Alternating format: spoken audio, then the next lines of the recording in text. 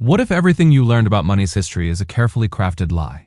Modern economics courses preach a simple story, that global finance was built by nations, central banks, and official policies.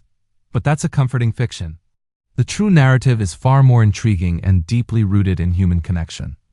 Long before the concept of a regulated economy, the lifeblood of commerce flowed through clandestine channels, unseen alliances, family clans, religious brotherhoods, and guilds whose bonds of trust crossed frontiers long before maps were drawn.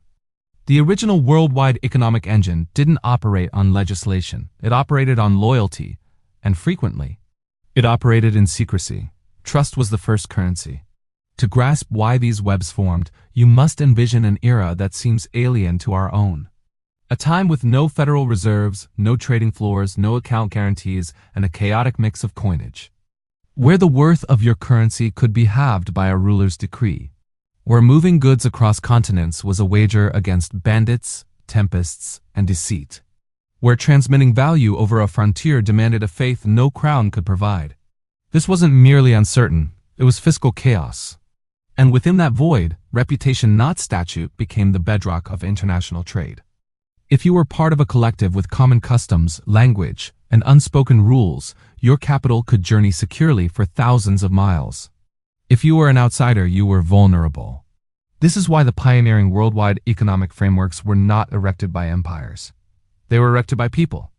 Among the first and most fascinating of these collectives were the Jewish trading communities. From the medieval era, these merchants and later, expanding Sephardic and Ashkenazi circles found unique passage between Christian and Islamic realms. They were polyglot, widely traveled, and bound by deep ties throughout Europe, the Middle East, and North Africa. Where others saw barriers, they saw potential. When kingdoms were at odds, they dispatched coded messages through relatives and associates in an unbroken chain of faith. These webs established the initial dependable international lending mechanism because their shared allegiance was more robust than any local decree. But they were not the only players. Around the Mediterranean, Venetian and Genoese merchant clans were constructing their own fiscal dominions. Their trading posts pioneered marine insurance, early shared ventures, and complex credit instruments. They established espionage rings using vessel records and envoy updates, granting them critical knowledge long before rivals. Venice functioned not just as a metropolis, it was a financial protocol powered by mercantile faith. Genoa, in turn, bankrolled Spain's colonial ambitions via a constellation of financiers who traded debt like contemporary funds. Their vessels, representatives, and correspondents blanketed the sea in a coordinated, intelligence-fueled apparatus ages before globalization was coined. To the north, commerce was commanded by a different structure, one resembling a modern firm more than a kin group, the Hanseatic League. This was a coalition of port cities, Lübeck, Hamburg, Riga, Gdansk, and many others, functioning as one commercial superpower. They imposed trading exclusives using their own naval power. They unified measurements, agreements, and credit rules. They operated as a transnational entity 4 centuries before the corporation was legally born. The League demonstrated that organized coalitions could outmaneuver entire nations. Simultaneously farther east, another group was expertly perfecting the craft of cross-continental finance, the Armenian merchants of New Jolfa. During the 17th century, these traders forged routes extending from Amsterdam to India and from Persia to the Philippines. They could transport silk, precious metals, spices, and credit across adversarial religious and political lines using solely family connections, multi-language communiques, and internal mediation. Their dependability made them vital to both the Safavid dynasty and European traders who relied on their systems more than their own rulers. Wherever you observed, the principle holds. Where nations could not generate certainty, networks manufactured it. Yet maybe the most stunning case of a hidden financial web arose from a surprising origin. A crusading monastic order, the Knights Templar. Established in 1119 to guard pilgrims, they soon unearthed a force mightier than the sword, economics.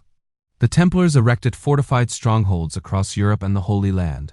They took in valuables for safekeeping. They issued encrypted credit notes cashable across vast distances. They essentially created the first international funds transfer. As their riches and mystery expanded, so did their political threat. In 1307, King Philip IV of France, buried in obligations, imprisoned hundreds of Templars, confiscated their wealth, and attempted to obliterate their legacy from the annals of time. But the Templar framework of credit, safekeeping, and international exchange endured, assimilated into subsequent networks and establishments. By the late medieval period, Europe's monetary aristocracy had transitioned from holy orders to influential dynasties. The Italian banking houses, the Bardi, Peruzzi, Medici, and later the Fuggers of Germany, formed the spine of European capital. They constructed branch networks across royal seats. They utilized ciphered messages to shift funds quicker than royal envoys. They devised contemporary bookkeeping. They funded monarchs, the papacy, and imperial projects. The Fuggers alone financed the ascent of Holy Roman Emperor Charles V, demonstrating that private wealth could dictate public authority. These families didn't depend on legions. Their power sprang from the velocity of information and credit influence, the identical dynamics that mold markets now. But economic might isn't solely about capital. It's about intelligence, and one order possessed more global intelligence than any state: the Jesuit order. Founded in 1540, the Jesuits erected academies, missions, and scholarly posts across Asia, Europe, and the Americas. They charted shorelines, recorded trade paths, studied regional economies, and counseled kings.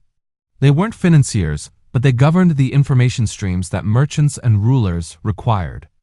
In the early modern era, knowledge was wealth, and the Jesuits were the planet's most advanced intelligence agents.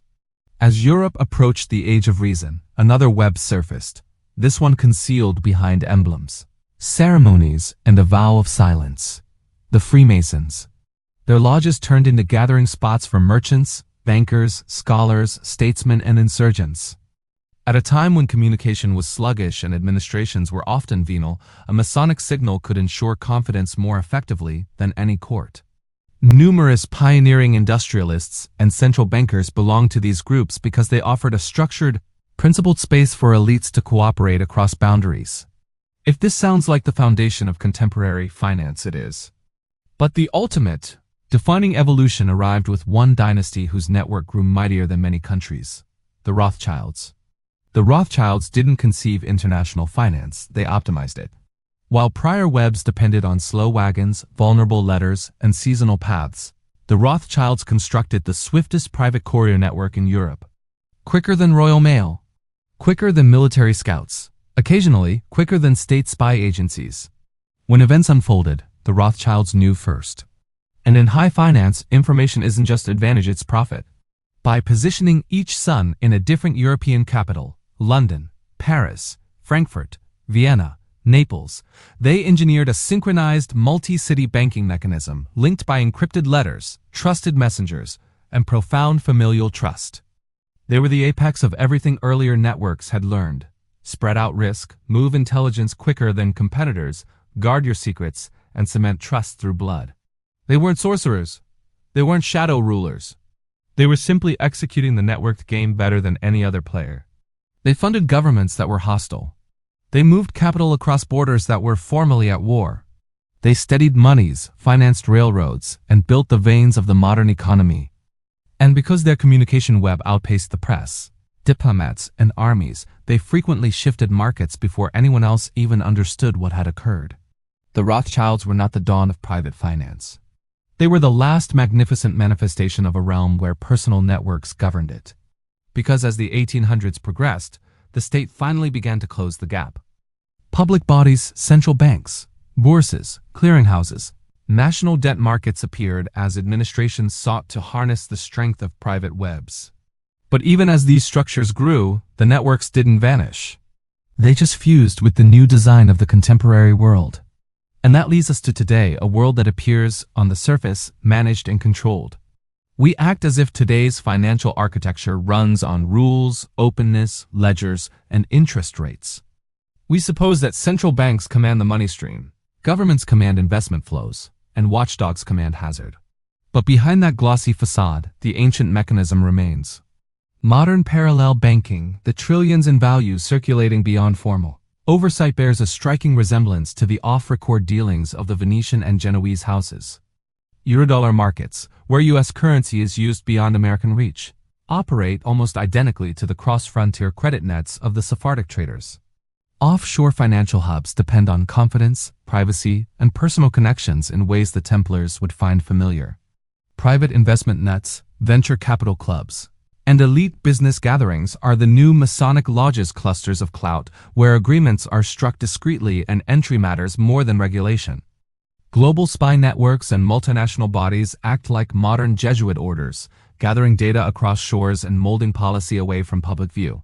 And the most potent economic actors of our age, central banks, global firms, sovereign funds, rarely function in isolation.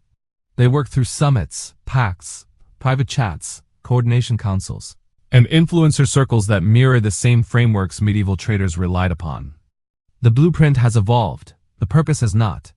The architecture changed, the game did not. Behind every modern economic disaster, you can still detect the shadows of these old webs.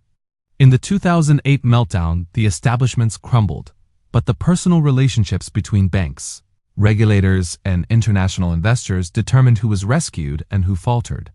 In the Eurozone turmoil, it wasn't legislation that shaped rescue packages, but nets of political and monetary sway.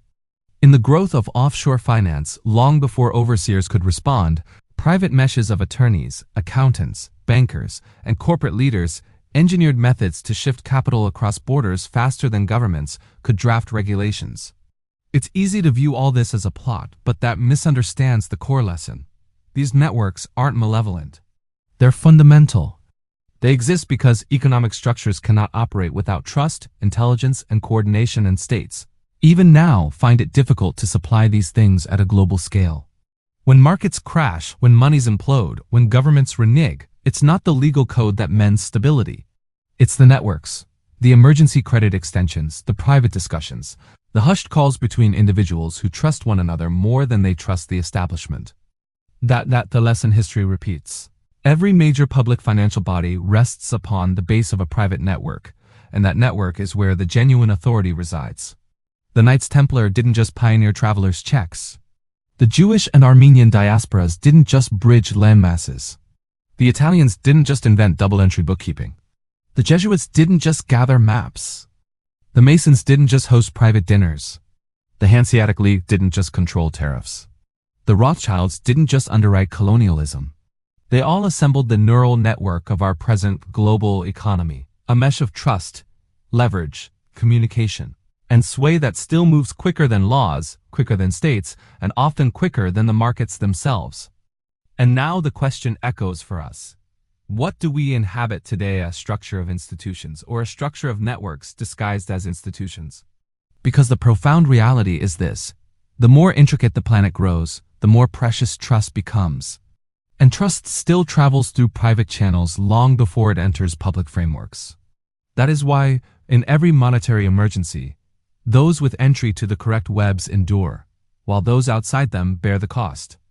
It isn't equitable, it isn't clear, but it is the truth. Global finance was born in secrecy, and even now, hundreds of years later, that secrecy continues to mold it. If this shifted your perspective, hit subscribe. The answers are in the past, we help you find them. And if you found this journey enlightening, please support the channel by liking this video. It truly helps Rich Root Official grow.